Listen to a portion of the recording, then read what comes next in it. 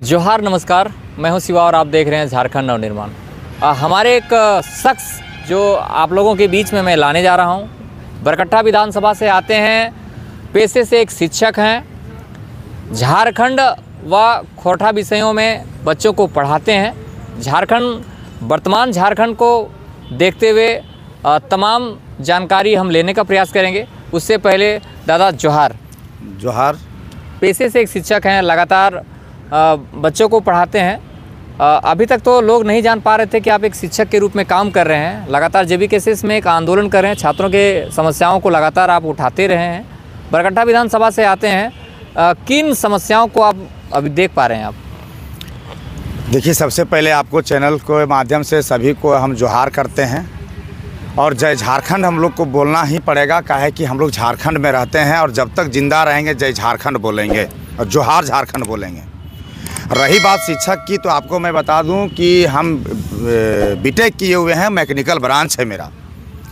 और बीटेक करने के बाद हमने 2 साल पावर प्लांट में नौकरी भी किया है। 2 साल ये जो के यूनिवर्सिटी आप अभी नालंदा में, वहाँ पर हम असिस्टेंट प्रोफेसर के रूप में थे, वहाँ पर भी काम किए हैं। उसके बाद फिर शादी हो जाने के बाद 17-18 में फिर हम छोड़ देते हैं। 14 का मेरा ग्रेजुएशन है।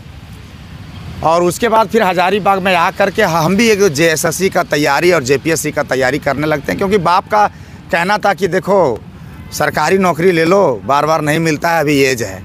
सरकारी नौकरी लेने के चक्कर में हजारीबाग आए और विश्वास नहीं कीजिएगा दादा, रोना आ जाता है जब पता चला कि यहाँ सीट बिक जाता है। और आँख से देखा हुआ चीज़ है सब। आपके पास पैसा है तो आपको नौकरी मिलेगा, पैसा नहीं है तो नौकरी नहीं मिलेगा। और उसी दरमियान में तैयारी करते करते हम यहाँ पर पढ़ाने भी लगे। किरण स्टडी ग्रुप डमर सर के यहाँ आर्यभट्ट में पढ़ाए हैं, अरविंद कोचिंग सेंटर में पढ़ाए हैं, अभी भास्कर कोचिंग सेंटर में हम अभी खोरठा और झारखंड पढ़ा रहे हैं। जो उत्पाद सिपाही का जो खोरठा सिलेबस है उसको भी पढ़ाए हैं। JSSC CGL का जो खोरठा का सिलेबस है उसको भी हम लोग पढ़ाए हैं। उसमें देखेंगे ब्याह गीत है, लोक गीत है, संस्कार गीत है, सब गीत। और हम लोग जिस तरह से गांव घर में गीत को गा करके पढ़ाते हैं, आपका जो सिलेबस में गीत है वो गीतें सुना देते हैं कि मड़वा के समय गीत गाया जाता है, जो चाची लोग दादी लोग घर में गाती है कि क्या कर छारल लगा हो बाबा झीली मिली रे मांडावा, और के कर पोसल लगा हो बाबा हंसा जोड़ी रे परेवा, अरे याजक छारल लागा हो दादा झीली मिली रे मांडावा। देखिए क्या है कि ये भी बहुत सारा गीत है। क्या को गीत हम सुना देंगे दादा, लेकिन यही है कि आप मेरा फेसबुक ID पर जाइएगा तो चाहे यूट्यूब मेरा चैनल है, उस पर भी हम लोग अपना बच्चों को पढ़ाते हैं, उसमें चैनल में है। लेकिन हम यही कहेंगे कि झारखंड का जो संस्कृति है, सभ्यता है, यहाँ का माटी है, जंगल है, जो हक अधिकार है, जो टाइगर जयराम महतो का जो विचारधारा है, उस विचारधारा से हम प्रेरित हो चुके हैं।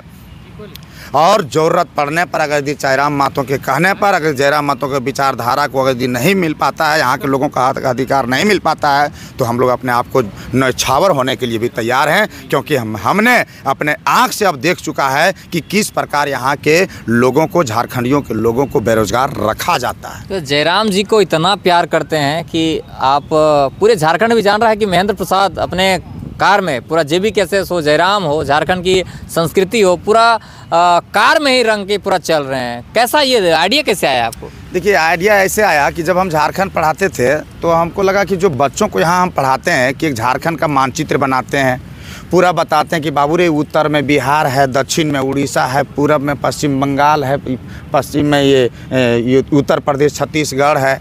जो चीज़ हम मानचित्र में बना करके लड़का लोग को पढ़ाते थे, हम सोचे कि आखिर इसी चीज़ को जन जागरूकता अभियान के दौरान अगर यदि हम गांव-गांव जा करके अगर जो चाचा चाची दादा दादी उन लोग को बता दें हम कि देखिए मेरा झारखंड ये है, इस जिला में निकलता है, इस जिला में सोना निकलता है, इस जिला में कोयला है, लेकिन ये सब बाहरी आदमी आ करके यहाँ पर दलाल बैठा हुआ है और वही लोग यहाँ से लूट जा करके दे रहा है और यहाँ के लोगों को ना उसमें रोजगार मिलता है। मतलब जे रेट में कोयला यूपी वाले को मिलेगा, जे रेट में कोयला दूसरा राज्य को मिलेगा, उसी रेट में कोयला वहाँ के लोगों को मिलता भी है जहाँ से कोयला निकल रहा है। तो इसको कौन बताएगा? एक पढ़े लिखे लोग तो ही बता पाएगा कि कहाँ पर कोयला निकलता। आखिर पढ़े तब तो पता चला।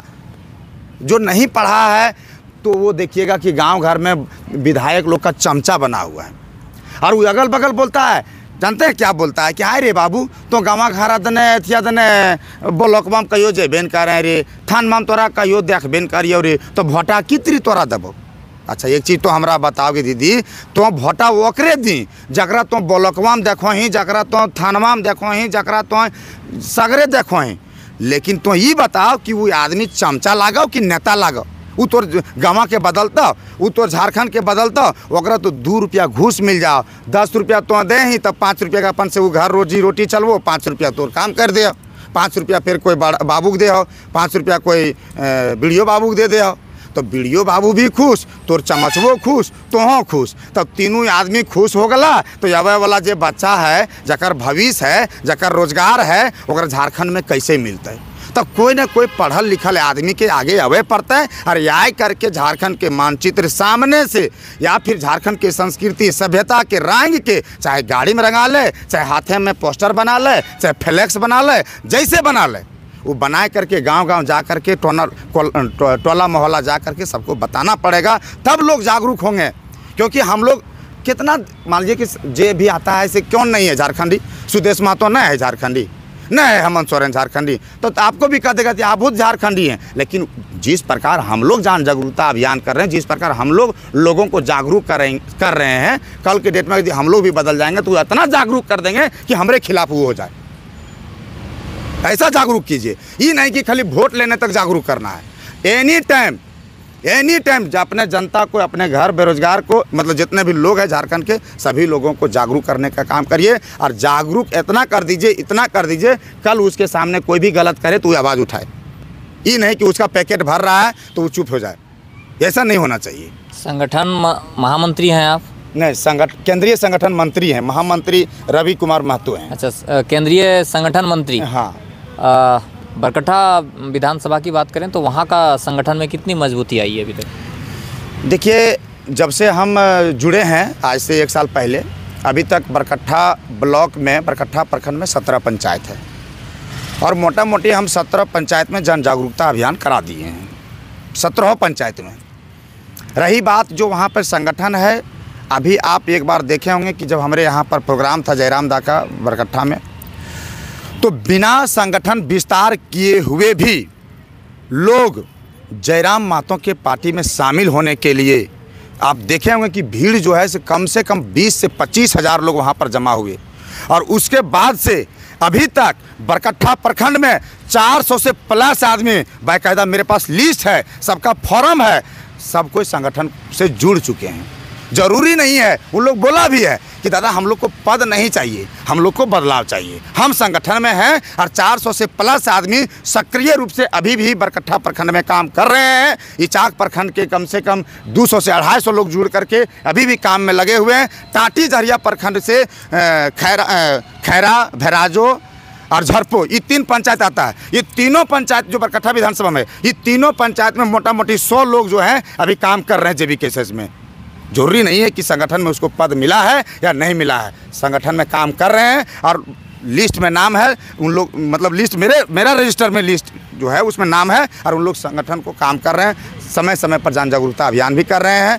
एक समय आएगा, आप देखिएगा कि जो बरकट्ठा विधानसभा के अंतर्गत जितने भी ब्लॉक है और थाना है उसका घेराव करने का हम लोग बहुत पुरजोर तरीक़ा से तैयारी कर रहे हैं। और आने वाला समय में बरकट्ठा विधानसभा में यदि बदलाव होगा तो उसके पहले हम लोग सिग्नल दिखा देंगे यहाँ के लोगों को कि देखिए आखिर कैसे थाना और ब्लॉक में घूसखोरी रोका जाता है। अंतिम संदेश मैं आपके माध्यम से बरकट्ठा विधानसभा के लोगों को क्या देना चाहेंगे? बरकट्ठा विधानसभा के लोगों से हम कहना चाहते हैं कि 2005 से हम लोगों का जो विधायक है वो पहले थे 2005 से खगेंद्र प्रसाद चितरंजन यादव, स्वर्गीय चितरंजन यादव नहीं रहे, बहुत अच्छे हम लोग का विधायक जी थे। फिर जब वो चले जाते हैं तो उनके बाद उन्हीं का बेटा अमित यादव आते हैं, फिर वो विधायक बनते हैं। फिर देखिएगा कि तीसरा बार में फिर उन्हीं का चचा जानकी यादव आते हैं, वही विधायक बनते हैं। फिर देखिएगा कि वहीं के जनता अभी फिर अमित यादव को जिता देता है। तो भैया ये परिवारवाद क्यों? ये लोकतंत्र है, आप राजतंत्र क्यों कर रहे हैं? राजतंत्र में राजा का बेटा राजा बनता था, लोकतंत्र में क्या है?